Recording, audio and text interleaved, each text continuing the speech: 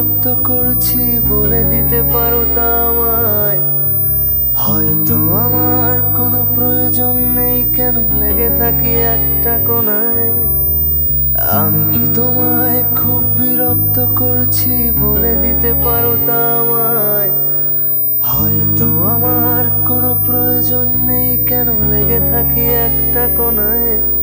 তুমি বলে দিতে পারো তা আমায়, চিঠি লিখবো নাই ঠিকানায়। আমারও তো মন ভাঙে, চোখে জল আসে, আর অভিমান আমারও তো হয়, অভিমান আমারও তো হয়। যদি